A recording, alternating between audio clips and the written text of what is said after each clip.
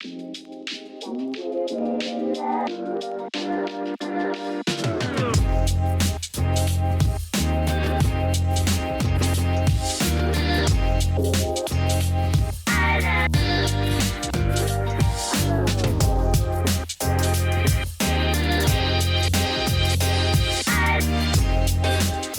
welcome to All Good Points. I'm Paul North.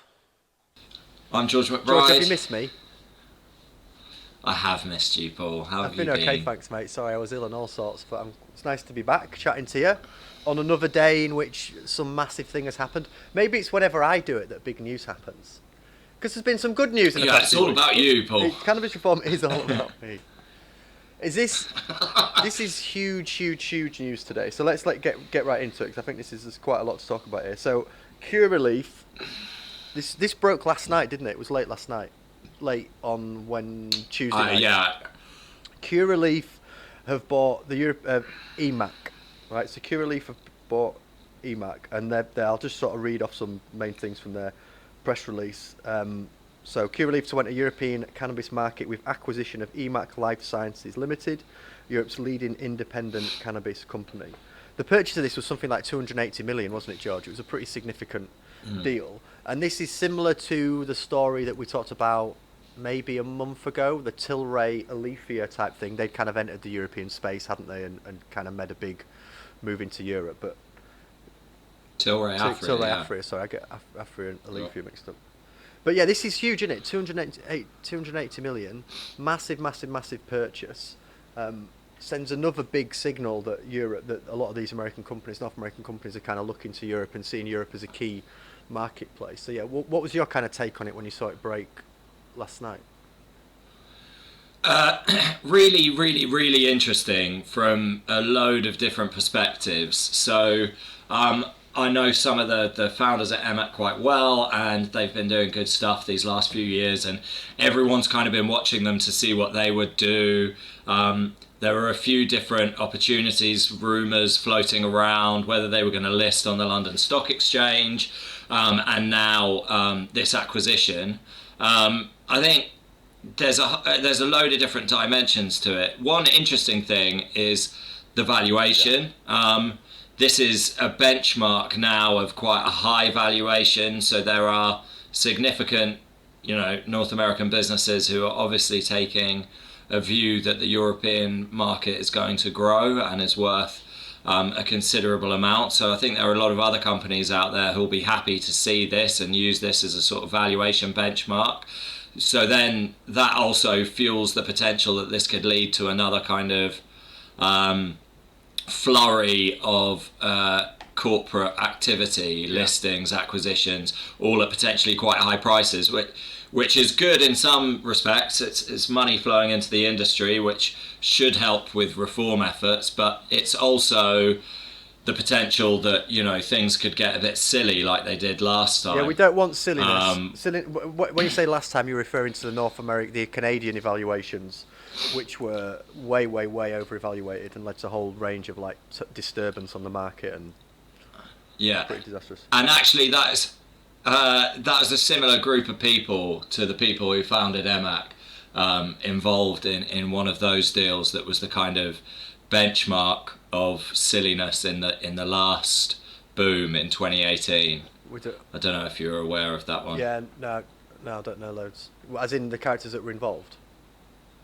Yeah, as in there's a similar makeup of some of the founders at EMAC. Oh, right, it's not exactly the same people to the Nuvera deal, which Nuvera was one of the first companies to go out and get a number of different licenses across different key European markets that was then bought for a high sum, which a lot of people at the time thought was reflecting much more about silliness in the capital markets than it was about the potential size of the European cannabis market. In terms of that size, so it says in the press release, IMAC, the largest vertically integrated independent cannabis company in Europe, for base consideration of approximately 286 million. So that's how much they've bought it out for. I mean, the sort of I think the Tilray deal was a similar thing. there's been like pretty astronomical evaluations of the size of the European medical and recreational market, and there's clearly like a huge appetite for these North American companies to come over. I thought it was interesting that this was a US company, because obviously like Tilray, roots in Canada, but like I thought it was interesting. It was just a sole US company come in, and I don't know what your thoughts are on this, but I'm kind of glad it's an adult use company as well. It's a recreational company entering the space, because like I just think that's good from a reform perspective, because I don't like the separation and pretending that you've got medical cannabis and recreational cannabis and they're somehow magically completely different markets and interests and companies. Like it always just seems a bit of a fantasy discussion that people have. Yeah, and I think we've spoken about this, I think, on All Good Points before, but a lot of the kind of people like myself who support drug reform support it predominantly from a kind of your body, your choice perspective of people who also believe in civil liberties around expressing yourself in terms of your sexuality or your gender or your drug use or whatever it may be. And a lot of people would rather just buy their products from a shop and not have to deal with doctors or pharmacists or any of that kind of business. So that there's a huge medical element to the adult use market, and it's a lot preferable for a lot of people. And it's not as preferable for some, obviously, with really severe intractable conditions that you do need a physician to help you with, but as we've said before, there's a lot that you kind of don't. So adult use is an important part of a good medical access. And it'd be good. It'll just be nice regime. to have an adult use recreational company working in Europe, being involved in kind of the medicinal space, rather than it being this sort of like, we're a medical company, we're not interested in recreational. It's like, well, no, you should be, because there's massive benefits there as well. Do you know what I mean? Like, it's all good. Yeah. It all has good effects. And it's interesting because EMAC had until now focused on very legal operations, very compliant operations, focusing on medical as the short-term growth opportunity in Europe, and that's not what's going on with Curaleaf. And Curaleaf is listed on the Canadian Securities Exchange. I think it's the largest company listed on that exchange, which has probably got the least stringent requirements for businesses, as in it lists businesses who have recreational US cannabis businesses. And this is a big win for that market as well, because there was a lot of talk about EMAC listing on the LSE, on the London Stock Exchange, which has probably the most restrictive out of the kind of English-speaking Western world exchanges. So there was an opportunity there to go and access a capital over here, but instead it's gone to Canada. So even though it's a US business, these Canadian exchanges are still the place where a lot of big business is being done, and I think other exchanges will look at that now and be more keen to draw some of this business to their markets, and that in itself could then help fuel further reforms that help build the industry. Could they still list on the LSE then? Well, not if this acquisition goes through, because the whole proceeds of crime thing. There would be a very long list of reasons they couldn't list it in London at the moment, including their adult use businesses and the fact that the majority of the business is not. That's interesting. Based in the so UK. Let me ask, and maybe we can have, if this gets too legal, we can cut it out or whatever, or we can just give massive disclaimers around this is not legal advice. But if someone has invested in a company like EMAC that is then bought out by Curaleaf, does that then trigger proceeds of crime? Because you could have legitimately invested in one of these companies that's then bought by Curaleaf. That's an interesting question, and again is straying into legal advice, but my thinking is it probably could. If this transaction goes through and you were an EMAC shareholder and you're now a Curaleaf shareholder, and you then go and sell your Curaleaf shares and that money returns to you in the UK, yes, I think that probably would trigger Proceeds of Crime Act, which is another, you know... I mean, it's a ridiculous law. It's just a little example of how ridiculous these laws are. These are not money launderers, you know. These are retail investors investing in stocks and shares that are, you know, legally traded. It's bonkers that this law needs fixing. Proceeds of Crime Act is one of the most ridiculous parts of this. That I find that ridiculous, and CBD extraction both equally stupid. The fact we can't extract CBD from hemp, whilst there's a thriving CBD industry, is just the most moronic law. Well, I mean, I'm sure there are more moronic laws, but it's completely ridiculous. Well, I mean, we stress the fact that we're not offering legal advice there. I guess we're just raising maybe an interesting nuance around some of those listings. It does pose some interesting questions around proceeds of crime. What do you think? I was sort of tweeted something out about this earlier today, and was thinking about it over the past couple of weeks, ever since the cannabis listing, which a lot of people said was never going to happen, by the way. Do you know what I mean? A lot of people were like, oh, the London Stock Exchange will never list, they'll just bounce it around forever, they'll just keep asking questions, like it won't happen. I mean, obviously everybody wanted it to happen in this sort of space, but I think the significance of it happening is huge, and this is another huge thing. And I was sort of, I guess, what I just put this out for like a discussion and debate. But is it the case, or I would argue it is the case, that cannabis legalisation and reform is happening now with such speed in Europe? No one's even realising it's going on. Like the average member of the public has no idea the speed by which cannabis legalisation is happening. And I think what people's perception is that governments have massive debates, big debates, and on referendums, and there's huge arguments and thrashing it out. And then, you know, it's only through that we'll be like, oh, cannabis is legal. But I guess what I'm proposing is that, or suggesting, arguing, is that it's happening right in front of us. It's just happening in a way that people don't imagine it. So cannabis listing, that now leads to investment and growth in cannabis. Other companies that list basically leads to investment and growth in the UK sector, in the European sector, which means there'll be more clinics, which means product price will be cheaper, which means there's more access for patients, which means there are more cannabis users, which means there's more normalisation. And like, I feel like we're on this track now with, you know, Curaleaf weighing in millions and millions and millions of pounds. You know, cannabis listing, MGC Pharma listing, they're just a start. There's going to be endless companies listing and growing on the stock, on the LSE and global exchanges. My feeling this week is that in a year's time, in 2 years' time, 3 years' time, we don't need a government to come along and go, let's legalise cannabis, because the natural growth of that, if we just look to the future, with no government intervention, cannabis is going to be cheap and affordable in a clinic. Like me or you would be just walking. Yeah. Well, it is. Already made but sure I mean, like really cheap and really affordable, like and so well known about that it's almost a bit like the old American model, where it was like, oh, get a card, go get weed, I'm a medical patient or whatever.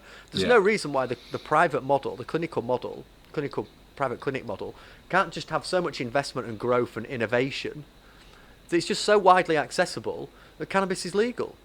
It's just, do you know what I mean? Like, what are your kind of thoughts on that? And this, I completely agree. It does seem to be going that way, and I think it's politicians absolving themselves of responsibility in a lot of respects, and there are some negative elements to it, because a lot of politicians don't want to get into the drug debate. They know how entrenched the conventional wisdom is of what politicians should say on drugs. They're scared about deviating from that, especially when most don't properly understand the subject matter, the risks or the attitudes involved. So they're kind of absolving themselves of responsibility, and meanwhile this business is growing and growing and growing.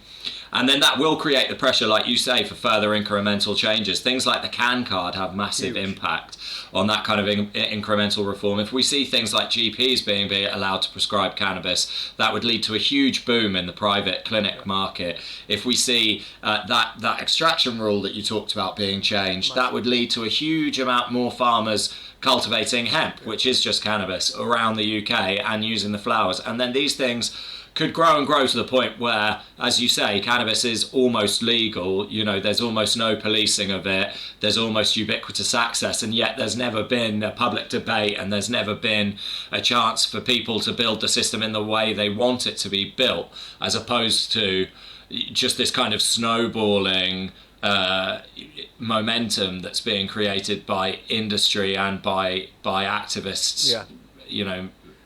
So I think there's ups and downs to it. It's good that the progress seems to be in one direction at the moment, and that's the direction we want. It's not the direction everyone wants, but that's good when things are going your way. But I would rather that it was, done properly and there was some public debate. And I would rather it was opened up quicker, because they have public debates about this in the US. They'll have a ballot initiative. There'll be a big public discourse about the potential of legalizing cannabis. Then nearly invariably it will then be legalized, and then suddenly you'll have a huge market arising within a year or less. So that, involves the public and gets the thing done much quicker. It's better for businesses, it's better for patients and consumers, and it's more democratic. But we've spoken before about not wanting to have referendums and public debates on every area of, the country's politics. It would make things a nightmare. So you can see why people don't want to do that. But even without like a ballot initiative, we should be having some sort of political debate about this rather than it just we should I'm not I agree. I'm not trying to form an anti-politics sentiment by saying we don't forget the politicians, chuck them to the side, let's just go ahead and do it. I agree 100% that one, it should be quicker. Two, politicians should be involved. This is a really important social justice issue. It's a really important science and innovation issue. It's a really important jobs, employment, economic growth issue. Like they're so important.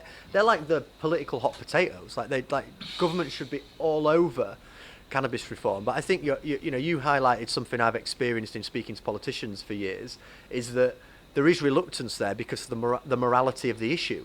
They don't like engaging in subjects of morality. They'll engage in a subject on any of those frames that I talked about, economy, social justice, etc., if they feel like the morality element is not there, or that it just appeases their base so much that it doesn't matter, i.e. Labour politicians talking about social justice isn't particularly controversial because they kind of rely on those frames for their constituents. Do you know what I mean? So I appreciate that the political engagement's really important and we need to do it quicker. But I guess it's just I just think it's interesting that the general public doesn't realise the speed at which it's happening, and I think when we do get to that point of discussion, because what the trajectory that we're on at the moment is, investment occurs on a massive scale, which is already happening and coming in the next few months next year. The industry has got the funds and the ability to provide access to cannabis through a clinic model, that use and availability becomes widespread, that it's almost too far gone down the line for there to be, because years ago when I first started working with you, it was there wasn't really anything there, so it was a really lively debate. Whereas if in a year's time, access is very affordable and high, and cannabis use is fairly normal, medicinal cannabis use is normal, CBD use is exceptionally normal, CBD extraction is normal, and we have an industry, it just moves the whole framework in which the debate is happening. The landscape has moved so much that without realising it, people's arguments will have shifted. Because they'll be like, oh, actually, cannabis is fairly normal. Yeah, my aunt is prescribed it or whatever, or goes to a clinic. So even the people that are against it, subconsciously, the grounds on which they're having the debate has changed so much that I think their view will naturally become more liberal. Yeah. Well, like I said, because the debate isn't cannabis access, yes or no. It's cannabis access like we've already got, that's quite widespread, or slightly easier access. And those aren't as, there's not as big of an opportunity to be really anti in that situation, because you're choosing between one type of cannabis access and another. Yeah, agreed. Not. So I agree with you, and I don't think necessarily we will see politicians with the courage of their convictions to really push a big bang moment like they saw in Canada. But even that big bang moment in Canada was 20 years of advocacy and grey market dispensaries and cooperative grows and big landmark court cases and all of that stuff, and it took ages. So even though that seemed like a big bang from outside of Canada, it really wasn't. It was just kind of an obvious thing for Trudeau to support and to wrap up and neaten and make the whole thing more coherent. And that's what I mean by the landscape thing, because their landscape had shifted so much for all that advocacy. But by the time Trudeau came around to suggesting it, his opposition were like, Like, yeah, do you know what I mean? It didn't feel like an amazing, hot, a really controversial subject because they were like, well, yeah, there's dispensaries everywhere anyway. People can get access. We may as well embrace these economic frames because everything had changed so much. I think what we're seeing in Europe though, and interested if you see similar things. You've been out to the States and Canada multiple times. That like it's like hyper accelerated here though. Because sometimes people said to me, "Oh, it's going to take ages here in the UK and Europe because you don't realise how much has happened in Canada and North America. We've fought for years, and there's so much gone on, but that's happening here, but like at a pace, like it's like hyper accelerated because of the North American. So like I think people forget like the interconnectedness of the West. Like, yeah, sure, it's over there in Canada. You've done that for years in Canada and America, but like it's really relevant to us. And the growth of those companies and the fact they can just come in and just buy a company for 280 million. They can just they buy the company and get involved. Like, surely that just hyper accelerates our trajectory to like sensible regulation. Yeah, you would hope so. You would hope so. Maybe I'm too positive. I felt like I had a really insightful point to make, and then it's just vanished out of my head. That's how I live. Anti-cannabis brigade will probably be blaming my habits on that. But it was going to be a great point. All good points. Sorry, all good points. It'll just flash to you. So it's exciting, isn't it? I think it is we kind of mentioned this. I think Ant came on and mentioned this previously, didn't he? He spoke about Keir Starmer and Labour, and he kind of gave a bit of nuance, didn't he, around Starmer's sort of nonsense position that he formed. Although I agree with that. I totally get why he did it, but it would be to go back to that previous point. It would be really good to see in the next year or so some new faces, new voices, new politicians recognise some of those economic frames and get behind it. On the left and the right, rather than just using the same old frames and discussions. It seems like such an opportunity now. But I think so. My point that I've now recalled was going to be about.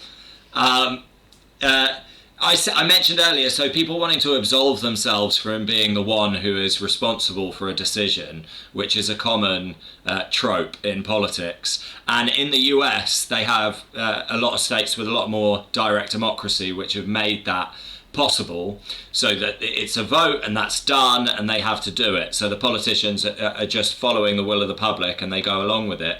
Not as possible in Europe. And so what we've seen with the COVID thing, obviously, is everyone talking about following the science and a lot of trying to move political decision making onto scientific people that they can then say told them to do this. But that's a nonsense, as I think most people appreciate, because there's inherently always value decisions. Like, there are always political questions. It's not, you can't just make things on a scientific basis. But that's what a lot of European politicians are now trying to do. So, if you look at the way reforms happening with the pilot trial in the Netherlands and Switzerland, they're both trying to move the question of whether reform happens at a national scale onto a body.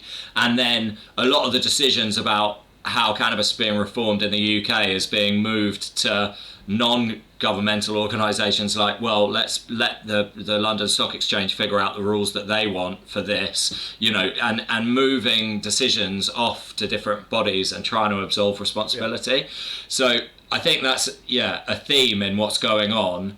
And it's a shame for Europe, but it doesn't do anything to the main underlying kind of shift in opinions is, like you say, it's across the whole West. It's not, and people's kind of groups of people who they identify with morally cut across multiple countries these days. It's not like there's a very British mindset and a very Canadian mindset and a very US mindset. That's not the way it works. So all these attempts to try and push things off to expert bodies and whatever will not shift the general shift in perception of what people want. I agree. And that's one of the complicated things, I think, about reform, that governments are kind of falling over a little bit. We kind of see that here in the UK at the moment around the Home Office. Is like, it's so like, no, a lot of these departments and institutions aren't quite ready for cannabis, are they? They're not quite set up to deal with them. You know, like, I mean, you know this because you've got licenses. You know, you guys are licensing experts, but like, the Home Office is not the right place to be doing Home Office those licenses for applications. Like, it's not really like a crime and criminal justice issue. It's like a science agriculture issue. You know, it doesn't really fit into their remit. And I think that's the same thing with cannabis, isn't it? And cannabis-based medicines, that you have cannabis, and especially here with like the NH, it doesn't really fit into it at the moment. So these institutions and organisations don't really know what to do with it because it's such a new complicated situation. That's why we called for a cannabis sale, wasn't it? We did that letter, and we all signed that letter in the Times the other day, kind of saying, you know, the UK, the UK does need to recognise the complexity of this, and you know, get a cannabis art to be able to ensure that the UK does embrace some of the economic opportunities and the science opportunities, rather than just missing out while you know, it goes back to the point we keep making around like Guernsey, all these jurisdictions that are Guernsey. I think you just invented a new Channel Island there. For Guernsey. Yeah, sorry. Guernsey and Jersey. Guernsey, yeah. Guernsey. You know, a lot. We could do our own. We could do like a Dubai Palm Island business, you know, just go and dump a bunch of sand between Jersey and Guernsey, set up our own little tax haven. Why not? Didn't you guys have an idea for making a giant island boat type thing that grew cannabis, that like sailed the seas? It was like a big island. Right, the canna yacht. We'll just do that on a big scale, mate. It's like Greenwich Park, so just roam around on it. But yeah, I think that's why you see the other jurisdictions just stepping in that we talked about previously on the show. But it's going the right direction. I was saying the other day, the thing I think is going to be particularly interesting in the next few years in the sort of reformy space is, so drug reform has like triggered the right for years. It's like really stressed the right out. You know what I mean? Like legalised drug, they've like Hitchens. You just see Hitchens' absolute meltdown anytime anything happens on it, and we know that the right struggle to engage with some of those like, let's not just hurt people frames, and they even, you know, a lot of the right even struggles to engage with the libertarian frames, you know, of like freedom and just let people make their own decisions. But I think the interesting thing now, and again, this like hyper acceleration caused by the industry will amplify it, is we're now going to see the left struggling with this. So I think there's going to be lots of people that have like advocated for reform for years. You know, we really want to see a cannabis industry, and now I think it's going to unsettle them a little bit because they'll see the speed at which the money's coming in and the growth and the investment. And I'm not saying it's a bad thing. You know, these are all interesting discussions to be had on both sides. But I think you'll start to see that pivot now, and you will start to see instead kind of groups debating back at people who have been pro-reform around the speed and growth of the industry. And that's going to be really interesting. I think it's a really interesting discussion. I think they do have cause for concern because, like, pushing a rights-based and progressive criminal justice policy in this area is easier in some ways when there's no access, and you can push things through the courts to then, you know, sanction access, and it can be done through existing networks of supply so people can grow for other patients, etc.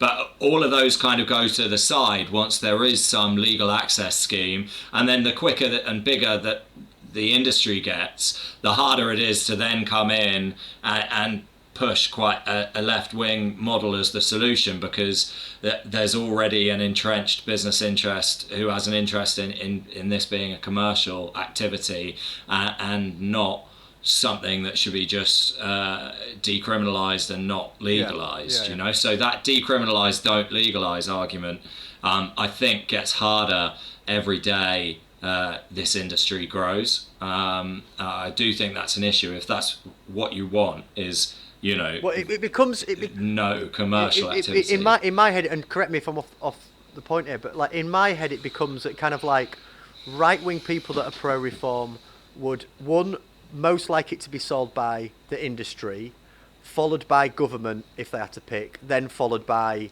sort of the community, like dealers. Whereas people on the left are like, one, government, two, dealers, three, industry. Like in that order, innit? Often when I see these debates, it comes down to like, well, who do you want to be responsible for the sale of cannabis?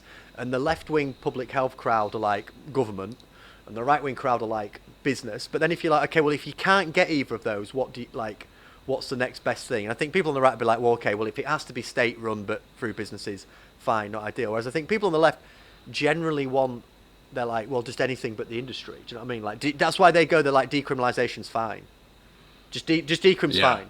Like, at least then there's not the hands of the industry. But I can't help thinking, like, there's such a naivety there around the absolute devastation that's caused through the illicit industry. Do you know what I mean? Like, it's just, it's so Yeah, idyllic. but I do think that devastation would be minimised significantly by decriminalisation. Oh, of course, yeah, of course. Yeah. 100%. Anyone that thinks like prohibition's better than decriminalisation, I mean, and there could be a lovely decriminalised, black market. There could be testing centres where everyone can drop in their stuff and make sure it's up to spec, and people could grow it in their loft or their greenhouse or their garden and share it with friends. And there are loads of elements that are really nice to it, but the thing is that you can also do that all under a fully legal market. You can choose not to participate in the commercial element. Obviously, you can't stop it from happening and stop the incentives that there are to supply people with a serious substance misuse problem.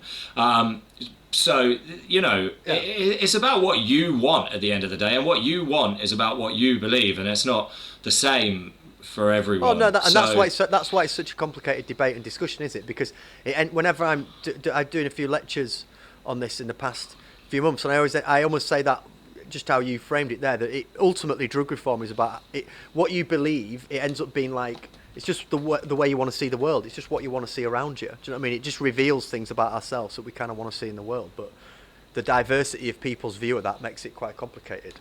But as long as it's something that works and we can move it in a positive direction, that seems like a good starting point. We hadn't even looked at the other news, George, but there was nothing absolutely jump out, blow our minds. There was the EMAC deal, which was obviously pretty big.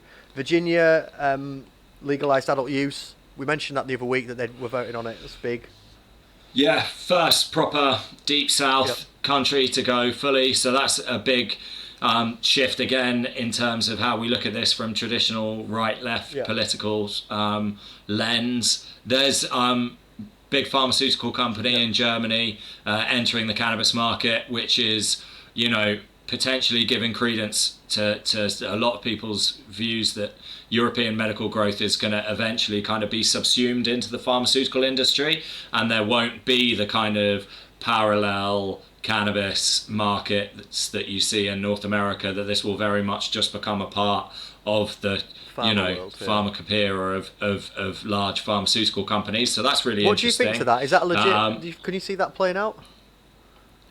Yeah, I think that should happen. I think it will be subsumed into the pharmacopoeia of traditional pharmaceutical companies, and I think the middle market, medical market that we have is non-optimal. I think there should be adult use and pharmaceutical, and the two of those go well together. And eventually, I don't think you need a middle market. You either need a really targeted pharmaceutical that can be prescribed by your doctor, that's fully licensed and has a marketing authorization, or you go to a shop and get what you want. And I think that industry bifurcation will happen. But that's a crystal ball gazing one. That's what we're all about, George. The crystal ball. Yes, we are. That's the main news, mate. I think that's the week. We've even gone over. Nice. The other one that I wanted to say was just, it's very trivial compared to our quite esoteric conversation today, but who is the biggest cannabis company is now something that seems to be a trend in the press releases. Because you've got Curaleaf now acquiring EMAC, and they have the largest retail footprint, so that on some metrics they can now say they're the biggest cannabis company. You've got Canopy Growth kind of holding in on their fingernails, clinging in to being the legitimate biggest. And then obviously you've got this deal potentially closing between Afria and Tilray, which could then make that group on some metrics the largest. And there's loads more of this consolidation coming, and you can tell that there's a sentiment in the market that being the biggest is important at the moment, because everyone's kind of squeezing it into their narrative, and there'll be more of this consolidation, and we should see people moving around at the top. There's a lot of change. It's not good for Canopy, because that has been like their key bit, hasn't it? Like that, you know, we're the biggest company, we're going to be around. I guess them sort of shuffling around that sort of top three is not ideal for them, because they're still struggling out there share wise and the like, but they are holding Yeah, up. and they're still a big loss making business. Again, none of this is investment Or financial advice, etc., employers. We're just rambling. We're just two guys. I am a lawyer. Speak for yourself, mate. All right. Well, no. I'm not practicing one though, so I don't want to get we sued. don't want none of that. Next week, I forgot to mention at the beginning of the show, so we'll do it next week. Next week, we've very, very kindly, SciTech CBD company, biggest CBD company in the UK, have come on board and have given away £50 vouchers for a whole bunch of our shows. So at the beginning of next show, we'll do a little competition and we'll give away a £50 voucher every week, which is nice, isn't it? And get in the comments, follow, subscribe, tell us what you want us to talk about, Feel etc. free to disagree. Me and George agree You too know. much. We need some people like disagreeing. We need some like. Yeah, let's get Peter Hitchens on here. He can call me a big dope shill again God. and get really angry. Like, imagine that. Imagine if we got Peter Richards on. Fun times. All right. Well, thanks for watching, guys. Good to chat to you, George, mate, and we'll see you guys next week.